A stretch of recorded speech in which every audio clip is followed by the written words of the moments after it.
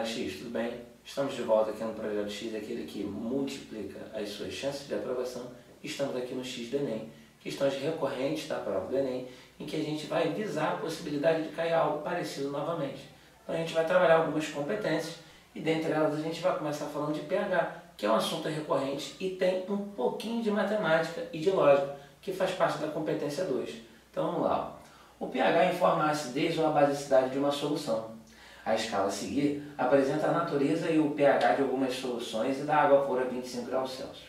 Uma solução desconhecida estava sendo testada no laboratório por um grupo de alunos. Esses alunos decidiram que deveriam medir o pH dessa solução como um dos parâmetros escolhidos na identificação da solução. Os resultados obtidos estão na tabela a seguir. Vamos dar uma olhada nessa tabela agora. Olha. Isso aqui foi o que eles encontraram. Nós temos aqui 10 alunos. Cada um fez a sua medição de pH da referida amostra e encontraram esses valores aqui. Com isso, nós temos já aqui que a questão já forneceu a escala de pH, onde nós temos que valores de 0 a 7 caracterizam um meio ácido, entre 7 e 14 um meio básico e exatamente igual a 7 meio neutro. Então, olha só, analisando bem esses valores aqui, eu já consigo visualizar uma coisa, né? Todos eles perceberam que a amostra é ácida. Por que eu posso dizer isso? Porque todos os valores estão abaixo de 7.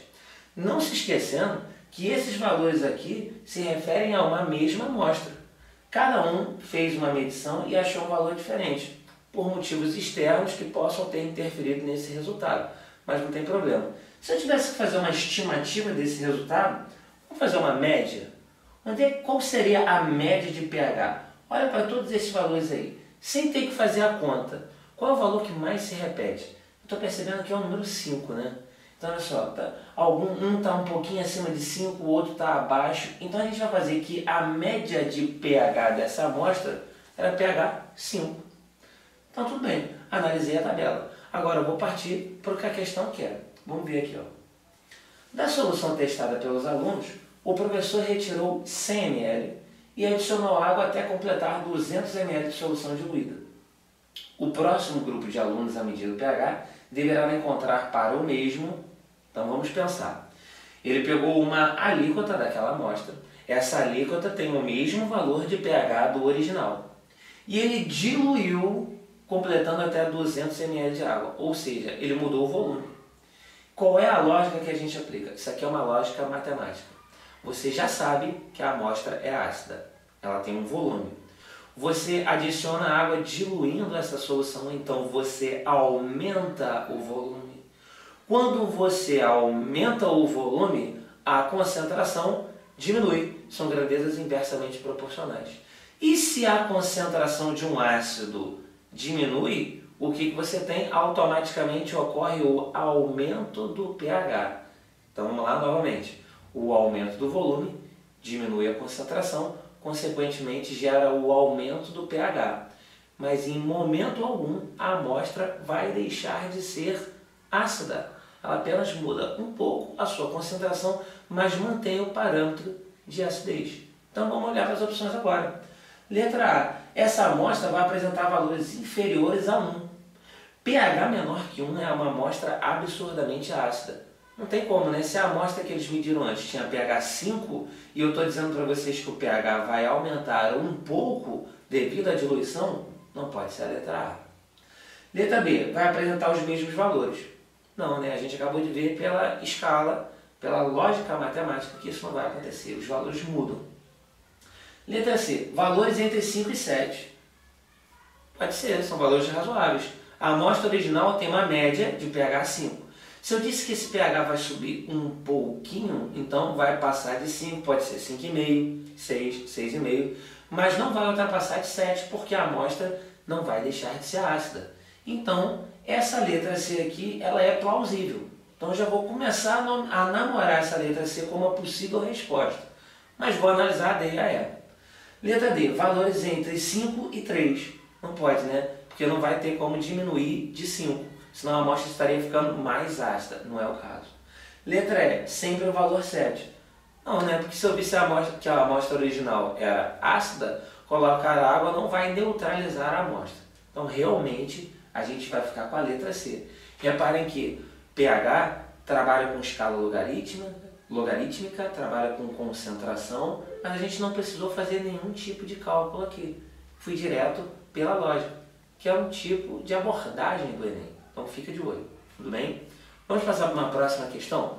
Nessa próxima questão, a gente tem um texto e aí a gente vai partir para as opções tendo interpretado o que acontece aqui. Vamos lá. As mobilizações para promover um planeta melhor para as futuras gerações são cada vez mais frequentes. A maior parte dos meios de transporte de massa é atualmente movida pela queima de um combustível fóssil.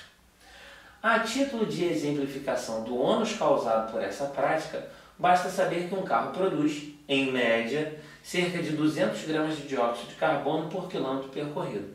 Isso foi um fragmento retirado da revista Aquecimento Global. Então, tudo bem. Ele deu um texto, já consigo interpretar mais ou menos, ele fala sobre transportes, combustíveis, sustentabilidade, mas vamos ver o que ele quer de verdade na questão, né? Agora ele faz um comentário. Ele tem isso aqui, ó. Um dos principais constituintes da gasolina é o octano, que é o C8H18. Ele já falou para você a fórmula. Por meio da combustão do octano, é possível a liberação de energia, permitindo que o carro entre em movimento. A equação que representa a reação química desse processo demonstra que vamos partir para as opções. Olhando as opções, eu percebo o seguinte: a questão não deu a reação de combustão do octano. E aí, você, aluno X, teria que escrever essa reação de combustão.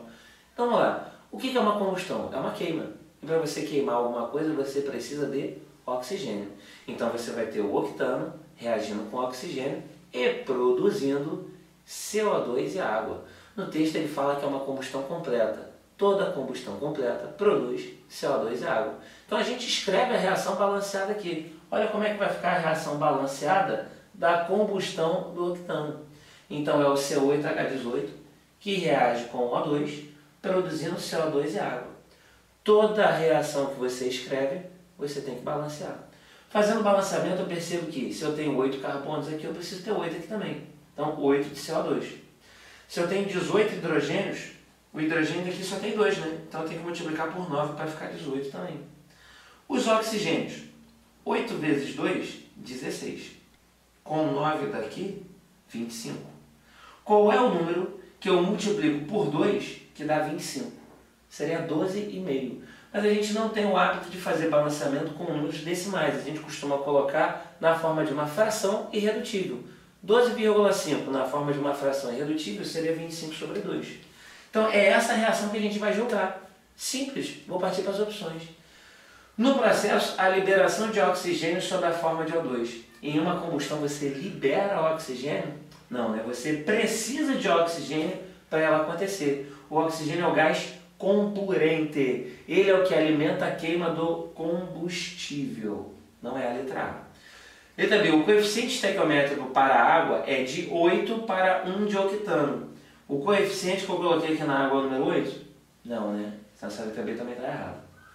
Letra C. No processo há consumo de água para que haja liberação de energia. Eu não consumi água, eu produzi água. Então também não tem lógica.